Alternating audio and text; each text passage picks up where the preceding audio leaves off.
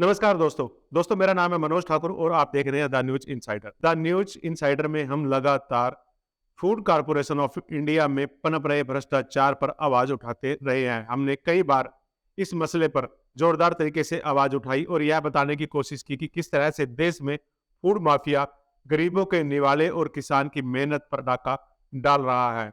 किस तरह से जो एमएसपी का लाभ किसानों को मिलना चाहिए था वह लाभ कुछ माफिया के लोग डकार रहे हैं। किस तरह से राइस मिलर, गेहूं के मिलर इस एमएसपी को किस तरह से खा रहे हैं और किस तरह से गरीबों के लिए जाने वाला अनाज घूम फिर कर फिर दोबारा से इस फूड माफिया के पास पहुंच जाता है और किस तरह से दोबारा से फिर से एफसीआई में भेज दिया जाता है।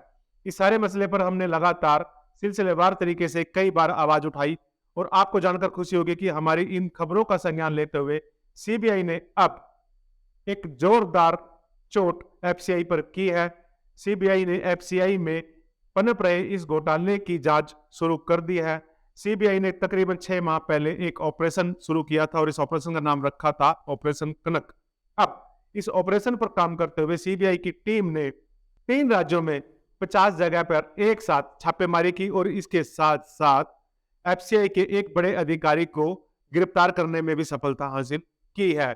सीबीआई ने अनाज व्यापारियों, मिल मालिकों, बिचौलियों और गोदाम संचालकों की पहचान करते हुए तकरीबन 74 लोगों को नामजद किया है और जल्द ही इनके खिलाफ भी जांच शुरू कर दी जाएगी, ऐसा सीबीआई के एक सीनियर अधिकारी ने द न्यूज इनसाइडर को बताया। केंद्रीय जांच ब्यूरो के एक अधिकारी ने बताया कि 6 महीने से भी ज्यादा समय से सीबीआई इस ऑपरेशन को अंजाम दे रही थी, क्योंकि सीबीआई के पास भी इस तरह का इनपुट पहुंच रहा था कि एफसीआई में बड़े स्तर पर भ्रष्टाचार किया जा रहा है। किस तरह से जो अनाज वास्तव में उगता नहीं था, किस तरह से उसे कागजों में खरीद लिया जाता था और इसमें कहीं ना कहीं एफसीआई के अधिकारियों की भूमिका संदिग्ध मानी गई थी। सीबीआई ने इस इनपुट के आधार पर जब जांच शुरू की और जैसे जैसे सीबीआई ने अपनी जांच शुरू की तो सीबीआई के अधिकारियों के सामने इस भ्रष्टाचार की पोल खुलती चली गई। एक बार तो स्थिति यह थी कि सीबीआई के अधिकारी भी हैरान थे कि किस तरह से एफसीआई में इतने बड़े स्तर पर भ्रष्टाचार किया जा रहा है।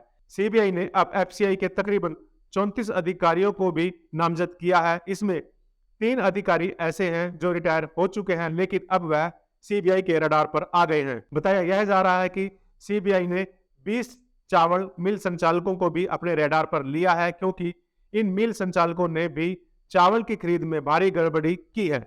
सीबीआई के अधिकारी ने बताया कि पंजाब के लुधियाना, पटियाला, मोहाली, रोपड़, संगरूर और चंडीगढ़, हरियाणा के अंबाला और दिल्ली में कई जगह छापेमारी की गई है और जिस अधिकारी को सीबीआई ने गिरफ्तार किया उसके ठिकानों पर भी सीबीआई की टीम ने छापेमारी कर जांच शुरू कर दी है।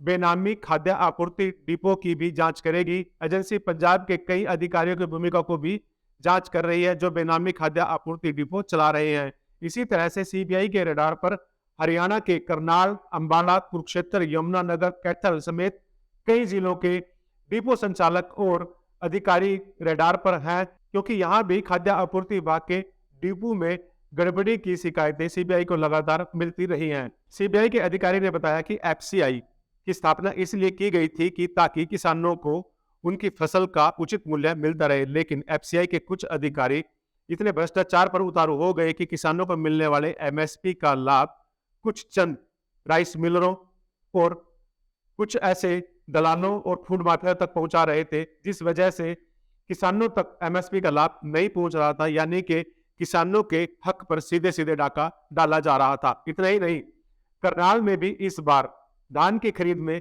कई सारी अनियमितताएं सामने आई हैं।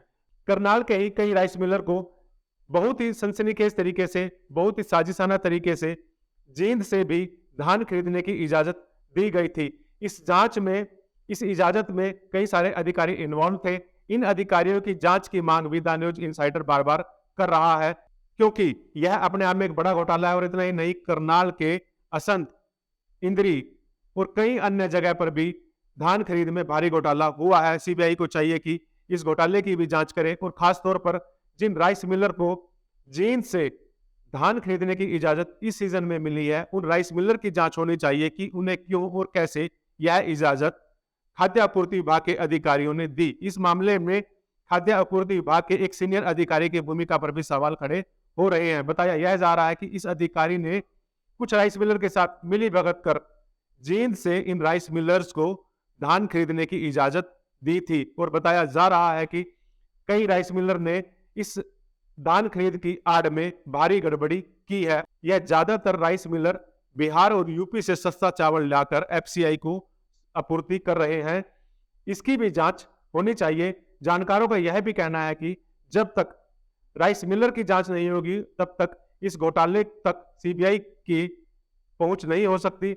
और दूसरी बात जानकार यह भी कह रहे हैं कि जब तक एफसीआई के गोदामों में जब चावल की आपूर्ति होती है, जब चावल लेकर मिल संचालक एफसीआई के गोदाम में पहुंचते हैं, तो वहां का जो क्वालिटी कंट्रोल ऑफिसर है, जब तक उसकी भूमिका की जांच नहीं होगी और यह सुनिश्चित नहीं किया जाएगा कि किस तरह से चावल की गुणवत्ता सुनिश्चित की जाए, तब तक इस गड़बड़ी और घोटाले पर रोक नहीं लग सकती। इस बार भी कई जिलों में हो यह रहा है कि जो धान फर्जीकृत धान किया गया, इस धान की एवज में जो चावल दिया जा रहा है वह चावल पुराना चावल दिया जा रहा है।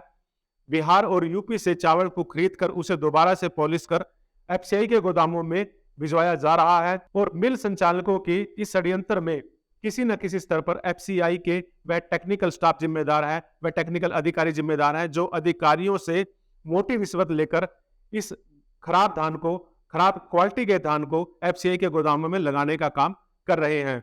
हालांकि सीबीआई ने 2200 गोदाम और 600 से अधिक भंडार गृहों को भी अपने रडार पर लिया है। सीबीआई इस पूरे केस की सिलसिलेवार तरीके से जांच कर रही है, लेकिन जब तक एफसीआई के उन टेक्निकल स्टाफ पर सीबीआई का शिकंजा नहीं कसा जाएगा तब तक इस गड़बड़ी को रोका जाना संभव नहीं है। हम इसी तरह से भ्रष्टाचार पर आवाज उठाते रहेंगे, हम इसी तरह से गड़बड़ी पर चोट करते रहेंगे और एजेंसियों को, सुरक्षा एजेंसियों को, जांच एजेंसियों को लगातार आगाह करते रहेंगे कि यहाँ भ्रष्टाचार हो रहा है और इस भ्रष्टाचार पर रोक लगनी चाहिए। हमारी यही कोशिश है कि भ्रष्टाचार समाज से खत्म हो। भ्रष्टाचार पनप गया है, इसको अब खत्म करने का वक्त आ गया है और हम इसी मुहिम में लगे हुए हैं। धन्यवाद। जय हिंद।